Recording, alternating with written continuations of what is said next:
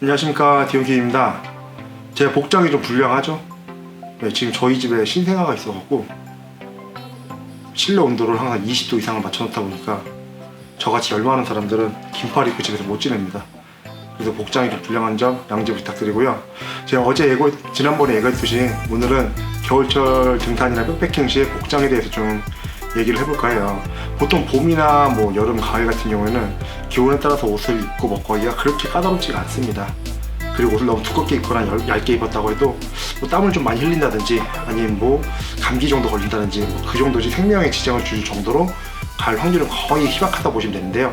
하지만 겨울은 복장 선택이 잘못됐을 때 건강상의 심각한 문제를 초래할 수가 있고요. 심한 경우에는 생명을 잃는 경우도 있을 수가 있습니다. 그래서 혹시라도 등산이나 백패킹을 이제 막 시작하시는 분들에게 도움이 되었으면 해서 이 이야기를 좀 해볼까 합니다. 우리나라는 보통 통상적으로 이제 12월부터 2월까지를 겨울이라고 합니다. 지난번에 우리나라를 저희 나라라고 해서 많이 지적받았거든요. 그래서 오늘은 우리나라로 제대로 표기해서 얘기하겠습니다. 그런데 산에서의 겨울은 사람마다 따라서 느끼긴 다르지만 보통 10월부터 4월까지라고 보시면 됩니다. 물론 10월이나 4월이 낮에는 겨울이라 보기 힘들겠지만 고산지대 같은 경우에는 밤에는 영하까지 떨어지는 경우가 많기 때문에 아무튼 새벽 산행이나 백패킹 시에는 반드시 겨울 복장을 준비를 하셔야 됩니다. 등산 시하고 백패킹을 할 때 복장은 약간 다르긴 하지만 이동할 때는 동일하다 보시면 됩니다. 하지만 이제 백패킹 시에는 이제 박지에서 보온을 하기 위해서 좀 더 옷을 두껍게 입는다든지 보조 요령을 사용한다든지 이런 차이는 있으세요. 등산이나 백패킹을 할 때 이동 시 관건은 바로 체온 조절인데요. 체온 조절할 때 가장 중요한 거는 바로 땀을 흘리지 않는 겁니다. 아무리 추운 날도 사람은 이렇게 막 움직이다 보면은 자연스럽게 이제 몸에서 열이 나게 됩니다. 몸에 열이 나게 되면 당연히 땀이 나게 되고요. 이 땀은 바로 체온을 떨어뜨리는 주요 원인이라고 보시면 됩니다. 땀도 물이기 때문에 물에 젖은 옷은 체온을 순식간에 떨어뜨립니다. 그래서 등산이나 백패킹 시에는 살짝 이제 추운 정도로 이제 복장을 입으시는 게 좋고요. 물론 제가 이건 제 몸 기준이에요. 제가 남의 몸으로는 안 살아봤기 때문에 제 몸 기준으로 설명을 해드리는 겁니다. 부끄럽지만 저는 키는 180cm에 몸무게 95kg입니다. 좀 뚱뚱한 편이라서 몸에 열이 굉장히 많습니다. 그래서 땀이 엄청 많아요. 그래서 이런 몸 기준으로 한 거기 때문에 혹시라도 땀이 없으신 분들 같은 경우는 저보다 한두 겹 옷을 더 입는다든지 아니면 좀 더 두꺼운 옷을 입는다든지 이 정도로 해서 하면 될 것 같고요. 모든 자기 몸을 맞추기 위해서는 어느 정도 시행착오는 겪기 마련입니다. 일단 제가 설명을 드릴 때는요, 영하 10도 이상일 때랑 영하 10도 이하일 때 이렇게 두 가지로 나눠 설명을 좀 해드릴 거예요. 그래서 이제 영하 10도 이상일 경우에는 양말 같은 경우는 이제 발가락 양말이라든지 아니면 이렇게 물양말을 주로 신어요. 그다음에 이제 이너 속 네이 같은 경우는 불인제 네이라 고소 네이라고 해서 이렇게 망사처럼 생긴 네이가 있거든요. 그래서 저는 이거를 위아래로 착용을 합니다. 솔직히 이 네이는 보호는 잘 모르겠어요. 그냥 입었을 때 심리적으로 내가 이제 네일 입었기 때문에 따뜻하다 이 정도 느낌 같은데요. 확실히 땀이 났을 때는 이건 이제 망사다 보니까요, 땀이 흡수가 안 됩니다. 다 바깥으로 배출이 됩니다. 그래서 그 부분 때문에 굉장히 좋아요. 그래서 저는 이제 영하 10도 이상일 경우에는 이 네일 입고 바로 등산 바지를 입는데 등산 바지 같은 일반적인 등산 바지를 착용을 하고요. 상의 같은 경우는 보통 이렇게 이제 울 소재 옷을 입어요. 물론 제가 나일론 옷도 있긴 한데 울 소재라든지 나일론이라든지 둘 다 땀 배출은 좋습니다. 하지만 저는 나일론보다는 울 소재를 선호를 하는데요. 그 선호하는 이유가 바로 울 소재는 땀이 바로 밖으로 배출돼서 털어내면 웬만큼 다 살려요. 근데 나일론 소재 같은 경우는 일반적으로 땀이 없으신 분들은 적으신 분들은 상관이 없는데 땀이 많은 사람 같은 경우는요, 물만큼 털리지가 않아요. 나일론 옷의 이제 틈입니다. 그래서 이건 제가 정확하게 과학적으로 증명된 건 아니고 그냥 제가 경험상 입어본 느낌이에요. 하지만 이제 옷 관리 측면에서 나일론 옷이 압도적으로 울 소재보다는 편해요.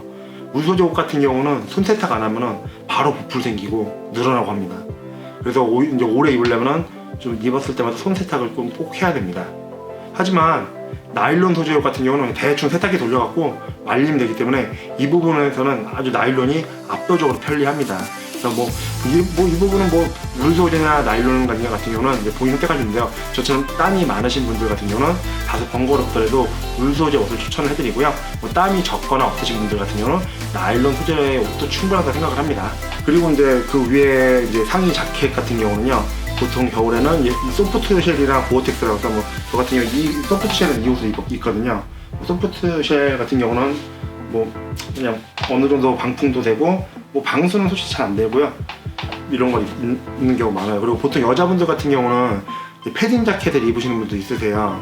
물론 땀이 적은 체질인 분들 같은 경우는 상관이 없겠지만 땀이 좀 있으신 분들은 절대로 비추합니다. 어떤 분들은 그냥 한겨울에 이렇게 얇게 입으면 춥지 않냐고 하지만 이렇게 입고 가만히 서 있으면 당연히 춥습니다. 하지만 이동 중에는 살짝 추위를 느낄 수 있을 정도가 돼야지만 이동 시에 땀이 안 날 수가 있기 때문에 저 같은 체질은 이렇게 입어도 땀이 나는 경우가 많습니다. 그래서 그런다고 이제 자켓을 안 입으면 너무 춥기 때문에 저 같은 경우에는 자켓의 지퍼를 열어서 열 조절을 합니다. 저는 거의 자켓을 입기만 하지 지퍼 같은 경우는 잘 안 쓰는 편이고요. 혹시라도 이 상태 소프트쉘까지 이렇게 추웠을 경우에는 이제 목에 쓰는 버프를 써서 체온 조절을 하고요. 헤드부 같은 경우는 저는 거의 대부분의 자켓은 후드가 있어요. 후드가 있는 자켓을 선호를 하거든요. 후드를 썼다 벗었다 하면서 체온 조절합니다. 이것도 이제 땀이 없으신 분들은 그냥 모자 쓰고 쭉 다니셔도 돼요. 근데 저같이 땀 많은 사람들은 후드로 이렇게 후드를 벗었다 썼다 해갖고 체온 조절하는 방향이 훨씬 더 편하고요. 장갑 같은 경우에는 그냥 움직이기에 불편함이 없는 정도의 두께 장갑 쓰는데요. 저 같은 경우는 이제 보통 등산할 때는 그냥 시중에 파는 한 1만원짜리 그냥 장갑 고가 고어텍스 장갑이라든지 신실레이스 장갑도 있지만 저는 하지만 플리트 장갑을 쓰고 있어요. 이것도 나쁘지 않더라고요. 이번에는 영하 10도 이하일 때 복장에 대해 얘기를 해볼 건데요. 보통 혹한이라고 하면은 영하 10도 이하일 경우 또는 기온이 이거보다 좀 높더라도 바람이 좀 심하게 불 때에 해당이 되겠습니다. 이때는 아무리 제가 땀이 많아도 머리 외에는 이렇게 땀이 많이 나진 않습니다. 양말 같은 경우에는 이렇게 이너 양말이 별도로 있어요. 이너 양말에다가 이제 물 양말을 하나 더 신습니다. 그래서 이너 양말 같은 경우에는 이제 인진지 발가락 양말이라고 해서 신고 있고요. 아무리 추워도 등산을 하다 보면은 발가락에서 사이에서 땀이 나요. 그 땀으로 인해서 발이 시려울 수가 있거든요. 그래서 제가 한 가지 팁 드리면은 등산하거나 백패킹 시에 이제 이동 시에 좀 발이 시렵거나 했을 경우에요. 양말을 한번 갈아 신어 보세요. 정말 양말 하나 갈아 신는 것만으로도 발 시려움이 어느 정도 해소가 됩니다. 그래서 저는 등산이나 백패킹 갈 때 양말을 1박 2일 간다고 치더라도 한 3, 4켤레 이상 가지고 다닙니다. 그 다음에 네일 같은 경우는 히트텍이나 기모가 있는 일반적인 이런 네일을 착용을 합니다. 그 다음에 바지는 동일한 등산용 바지를 착용을 하고요. 상의는 플리스 소재를 주로 입어요. 제가 지금 여기에는 플리스 소재 옷은 없어서 제가 보여드리지 못하는데요. 플리스 소재 옷을 입거나 아니면 울 소재, 아까 보여드린 울 소재 옷을 입는 경우도 있고요. 자켓은 이제 방풍 성능이 좋은 바람막이나 고어텍스를 입습니다. 하지만 영하 20도 이하라든지 영하 10도 이하라고 하더라도 바람이 초속 10m 이상 불 경우에는 이제 프리마 로프트 자켓이라고 해서 이런 홈 잠바를 입고요. 그리고 방풍을 위해 이제 버프를 꼭 착용을 합니다. 운행 시에는 이 정도 웬만한 우리나라의 극한의 날씨에서는 이제 버틸 수가 있는데요. 제가 등산을 하면서 가장 추웠을 때가 2017년도 2월쯤이었을 거예요. 근데 지리산에서 이제 제가 영하 25도 이하에 아마 바람이 거의 한 25m 정도 일 때가 있었어요. 그때 제가 지금 현재 말씀드렸던 복장을 모두 다 착용을 하고 이제 등산을 했었는데요. 운행 시에는 춥진 않았었어요. 근데 1분 이상 못 서 있겠더라고요. 1분만 쉬어도 바로 중형 패딩을 꺼내서 입을 정도였으니까요. 물론 패딩 입는다고 해서 오랫동안 입지 못하고 5분 이상 못 입겠더라고요. 그리고 이제 백패킹 시에는 배낭 무게가 무거워져서 체력 소모가 더 커지기 때문에 아무래도 체력 소모가 커지다 보면 몸에서 열도 더 많이 날 수가 있거든요. 그래서 저는 백패킹 시에는 동일한 복장으로 가는데요. 최대한 지퍼를 많이 열고 다녀요. 지퍼를 열어 체온 조절을 하고 있고요. 그래서 저는 이제 지퍼를 열고 닫음으로 체온 조절을 많이 하다 보니까요. 이제 겨드랑이에 벤틸레이션이 있는 제품을 선호를 많이 합니다.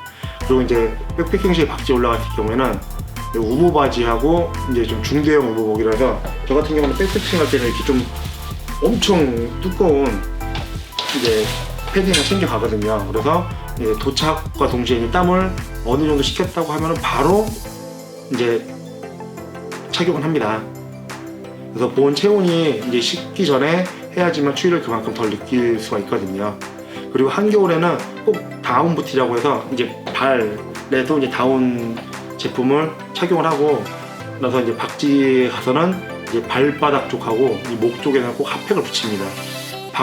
발바닥하고 이제 목덜미만 따뜻해도 한겨울에 박지에서 이제 추위를 느끼지 않고 재미있고 안전한 백패킹을 할 수가 있습니다.